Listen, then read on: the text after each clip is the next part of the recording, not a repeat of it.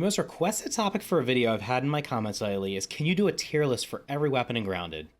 In this video, I'll discuss every weapon in the game and rank them from best to worst. If you're not already subscribed to the channel, now's a great time to do so you don't miss any future Grounded videos. Let's get started. Okay, so we have a ton of weapons to get through, so let's just hop right into it. What we're going to do is we're going to take a look at every melee weapon and include the bows and rank them from A to D based on the tier. So as I did with the armor, I have A, B, C, and D. Those are the letters that I can have in the game. I could have put E, but there's no really reason to go down to E. So we're just going to do A, B, C, D, A being the best, D being the worst. So what we're going to do is we're going to take a look. I have one of each weapon. So we're going to go through each of these, and I'm going to rank them and let you know which ones I think are the best and which situations you should use them in. So first up on our list is going to be the Acorn Shovel. Now this is the Acorn Shovel Plus. The basic Acorn Shovel only does has a slower attack speed, so it attacks at 0.5, so it will be down here. This is the plus.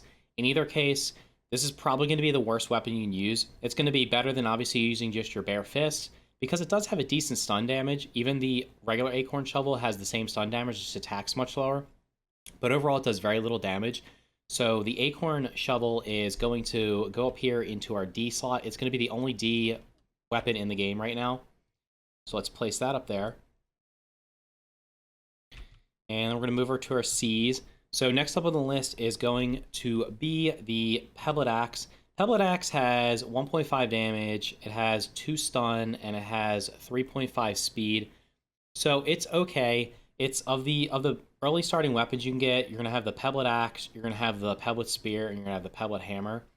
Of these weapons, I'm going to say it's probably going to be the worst of the three. So what we're going to do is we're going to plop that down and put it into the C-. So if you look on here, the way it's going to work is if it's in the center, it's the base grade, so it will be a C. To the left will be a plus, and the right will be a minus. So we're going to plop the Pebblet Axe over here in the C- category. Next up on our list is going to be the Pebblet Dagger. The benefit of the daggers is that they attack quicker. They do very little damage overall, and the Pebblet Dagger has 0 stun capability, so you're not going to be able to stun any of the insects you're attacking. The high attack speed has pluses and minuses. The pluses are obviously going to deal damage. You're going to inflict a lot damage much faster. The downside is with a higher attack speed, typically comes lower damage. So what ends up happening is you're going to do attacks much faster, so you're going to end up burning through the durability on your weapons that have high attack speed. So overall, the Pebblet Dagger, while it does have its uses outside of combat, in fact, you can use it to cut down eelgrass, and you can use it underwater, so it does have that benefit. Overall, I'm going to give it a C rating because it's just not that great. And then next up on our list is going to be the Pebblet Spear. The Pebblet Spear, for me, is probably my favorite weapon to use early on because it has longer range.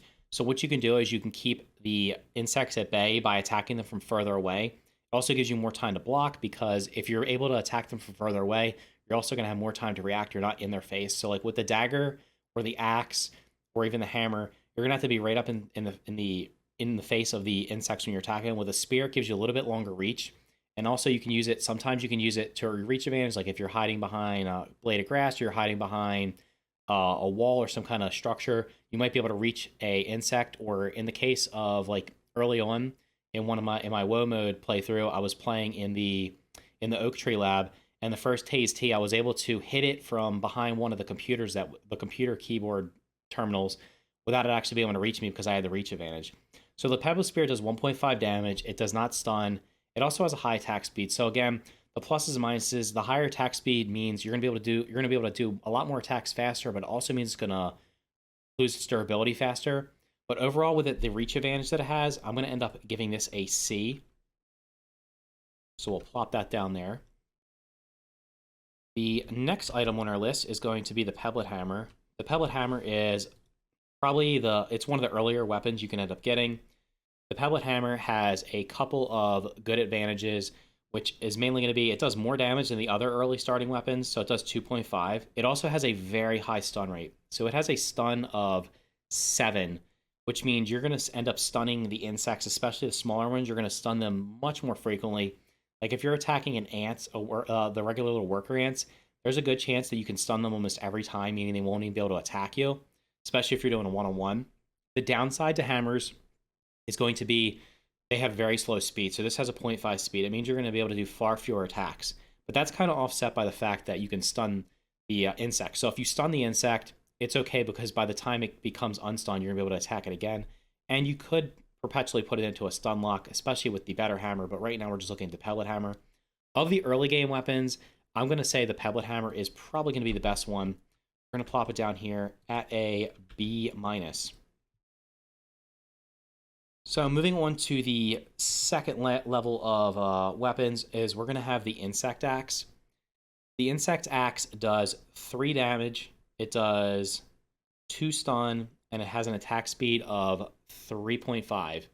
So the Insect Axe is a decent weapon. It's the tier 2 axe. You're going to need it to harvest the human food. You're going to need it to harvest the husky weeds. And for a weapon, it's pretty good. It has a pretty balanced combination. It does a decent amount of damage. It has a small chance of stunning, and it also has a pretty good attack speed. So the attack speed balances out where you're able to do a decent amount of damage pretty quickly while also not burning through the durability. So I'm going to give the Insect Axe a B-. I'm putting an equivalent to the Pebblet Axe, or the Pebblet Hammer, just because the Pebblet Hammer has that stun capability. Okay, next up on our list is going to be the Spiky Sprig. This is going to be the first club that you can unlock, and as you'll see later on, the clubs are among the best weapons in the game. In my opinion, the clubs are probably overall the best weapons to use. And it has a very balanced statistics here. So it has 3.5 damage, 3.5 stun, 3.5 speed. And what this works out to is you do a fair amount of damage. You also have a decent chance of stunning. And because it can attack you pretty quickly as compared to like the hammers, you can get multiple attacks in, which means you're going to be more likely to stun. So early on, the Spiky Sprig's probably one of the better weapons to unlock. And it's it would be my weapon of choice if I had to pick one of the early weapons, ranking it slightly above the Pebblet Hammer in terms of early level weapons. So we're going to plop this one down. This is going to be the first B here. So we're going to put that right on here. And our Spiky Sprig is going to be the first B. Next on our list is going to be the Spider Fang Dagger. So in order to get this, you have to kill a wolf spider. So you might not get this very quickly depending on what difficulty you're playing on. And what this does is it does 2 damage, it has no stun capability, and has a 7 attack speed. And you'll notice down here, it has a buff. So with each attack, you can poison the enemies. Now, the benefit of that is you're going to end up doing a little bit of extra damage. In my opinion, the poison damage is not really that big from what I've seen. I think it probably could use a buff in order to make it more viable. And like I mentioned with the Pebblet Dagger, the trade-off here is the attack speed means you're going to be able to do a lot of attacks. The downside of that is it means it's going to run out of durability much faster. Now this also, like the other daggers, can be used underwater, so that is definitely a benefit, being able to use it underwater. So you could factor that into it, but we're going to place this into the B category. Next up is going to be the best dagger in the game right now, in my opinion, which is the Bone Dagger. And this has a 2.5 attack speed, or 2.5 damage, a 1.0 chance of stunning, and a 7 attack speed. It does not have any buffs. So it does slightly more damage than the Spider Fang Dagger, but and also has a tiny chance of stunning. But like all the daggers, it attacks fast, which means it's going to break fast. And the resources you need for this are deep in the koi pond, so repairing it might be a little bit, unless you're doing tons of farming in the koi pond, might end up making you want to use this less. It is the best dagger in my opinion, but it's not good enough to be placed in a higher category. So we're going to place this in the B, just above the Spider Fang Dagger. Next up is a Larva Blade. This is the first sword we've shown. And swords are similar to the daggers in the fact that they deal a little bit of damage and they have a high attack speed. Like the Spider Fang Dagger, this also has a poison ability, so it can do a little bit of poison damage. It only has a 1.5 damage. It has no chance of stunning. It has a 7 attack speed. So we're going to end up just lumping this in right here in the B category. It's a decent weapon. I don't typically use it. You can actually get the Rotten Larva Blade pretty early on, like almost immediately if you run right over and grab it out of the stone. As long as you get lucky and don't run into any spiders on the way over there, it could be a really good starting weapon. Overall, I prefer the Spiky Sprig just because of its capability of actually stunning, and it just seems like a more balanced weapon to me. Next up on our list is going to be our first ranged weapon. This is the Sprig Bow. The Sprig Bow does the least amount of damage of all the bows. It only does 2 damage, it has no chance of stunning, and has a 3.5 attack speed. So you might be looking at this saying, is it really worth the B rating that I'm going to give it? And the reason I'm giving this such a high rating is that early on, especially if you're playing on a higher difficulty like WoW mode, doing ranged attacks against the tougher insects is going to be an absolute must.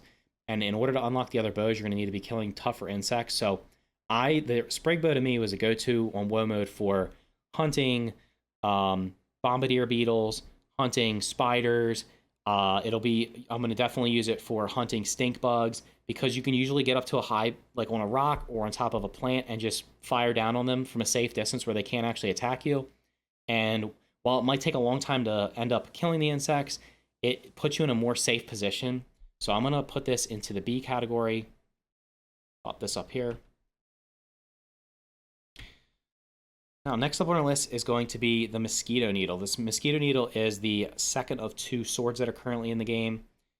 It has 2.5 damage, it has a 1.0 chance of stunning, and it has a 7 attack speed.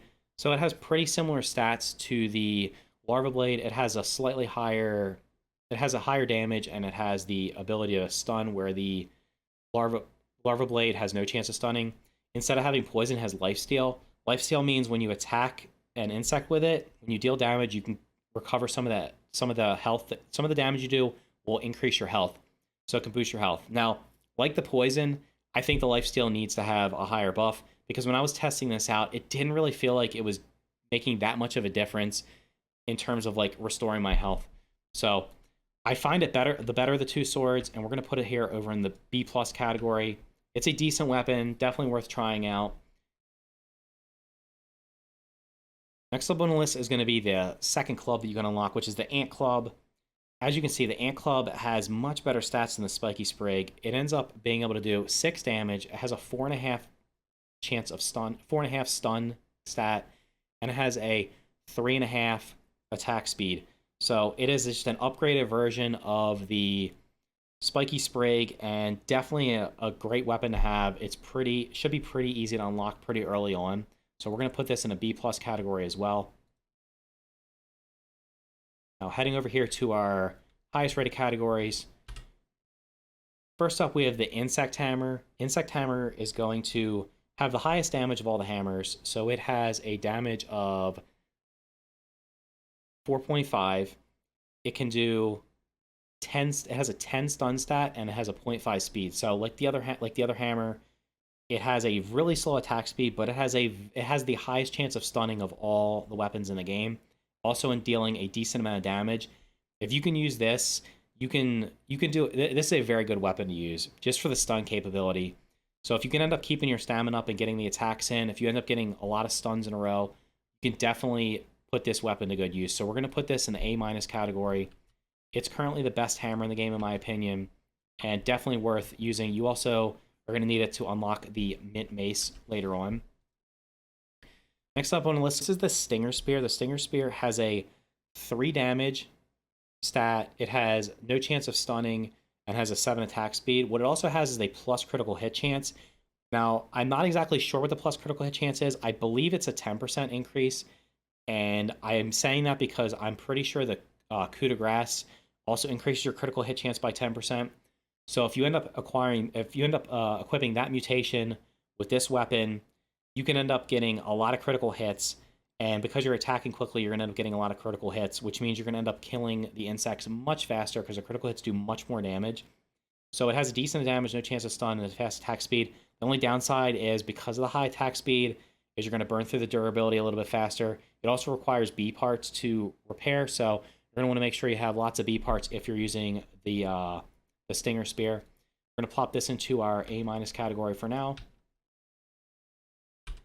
Next up on our list, we're going to have another spear, which is going to be the Bone Trident. Bone Trident does a little bit more it does the same damage as the Stinger Spear, but it has a 2 chance of stun. It has the same attack speed. It does not have the critical hit chance, which I guess the stun on this and the critical hit chance on the other make it about even. I'd say they're probably about even in terms of being able to of which ones to use. You can also one thing I didn't mention, you could use this spear and you can use spears underwater, so it's good for that. You can also throw spears, which is another thing I didn't mention. There are weapons you can throw. The spear does more damage if you throw it, but overall I'm going to give the Bone Trident a rating of an A-. And next up on our list is going to be, this is probably going to be one of the more controversial choices here, because when I did the video on which bow was the best in the game, I had a lot of people saying they thought the Crow crossbow bow was better. I gave my reasoning in that video. I'll put a card up top right now if you want to see that, and I'll leave a link for it down in the description below if you want to watch it afterwards, on why I think that the Crow crossbow is not the best bow in the game currently. It does have the most damage of any bow. It does 6 damage. It has a 2 chance of stunning, but the attack speed on it is 0.5.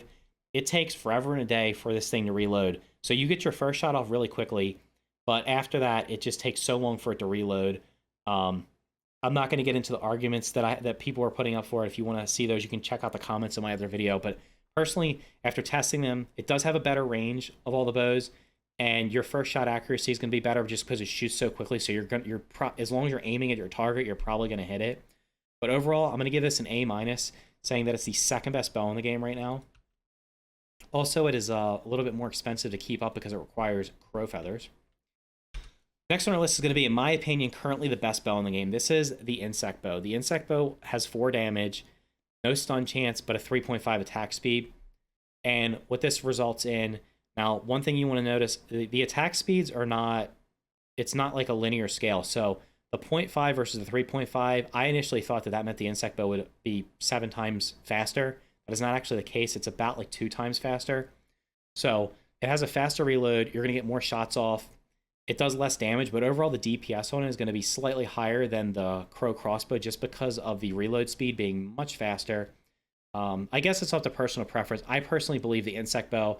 If you put me in a corner and said which bow would you use if you only could use one bow, I would currently use the insect bow. So we're going to make that our first A. Pop that over there. Now, last but not least is the 2 maces that are in, or the mace, which the mint mace is prior to the Club of the Mother Demon was probably the weapon of choice for most people. As you can see, it does a tremendous amount of damage. It does 8.5 damage. It has a 7.5 stun chance and has a 3.5 attack speed. So it was the first tier 3 weapon added in the game. It's the weapon that I typically use more often than not, just because I just like its stats. And the reason I like it more than the Club of the Mother Demon is, I'll get to that in a second. The repair costs on this are much lower. You are kind of limited on how many of them you can craft if you're playing multiplayer, because the mint chunks that are in the mint caps container do not respawn. So once you use all those, the only way to get more of them is to go into the anthills and hope that there's one inside of there. But overall, the mint mace is, I'm going to give this an A+. We're going to plop it down here. Then, not surprisingly, last but not least, it's going to be the Club of the Mother Demon. Of course, you unlock this by killing the Brood Mother. She drops the parts you're going to need in order to craft it. It has the only weapon in the game currently that does 10 damage. It has a 7.5 stun and a 3.5 attack speed. So basically, the stun and the speed are the exact same as the mint mace. It does 10 damage versus the 8.5. The only reason that I kind of put these on equal with each other is because the repair cost of the Club of the Mother Demon is currently 20 quartzite, and that is a lot of quartzite. Now, I know quartzite does respawn, and if you're farming a lot, you can get a ton of it. That's just a really high repair cost to me. But overall, like, in order to craft more than one of them, you have to kill the Brood Mother multiple times. Each time you kill her, you'll get enough resources to craft one of these. So if you have a full party of 4, you're going to have to kill her 4 times in order to craft 4 of these. Whereas the mint mace, you should be able to craft, I think you can craft 4 of them just by getting the mint chunks out of the mint caps box. So we're going to place this one over here. So that's every weapon in the game ranked from best to worst. Here's a quick recap of my tier list. If you think I ranked any weapon too low or too high, let me know in the comments down below. If you enjoyed the video, make sure you smash the like button as it really helps my channel. Thank you for watching, and I'll see you in the next video.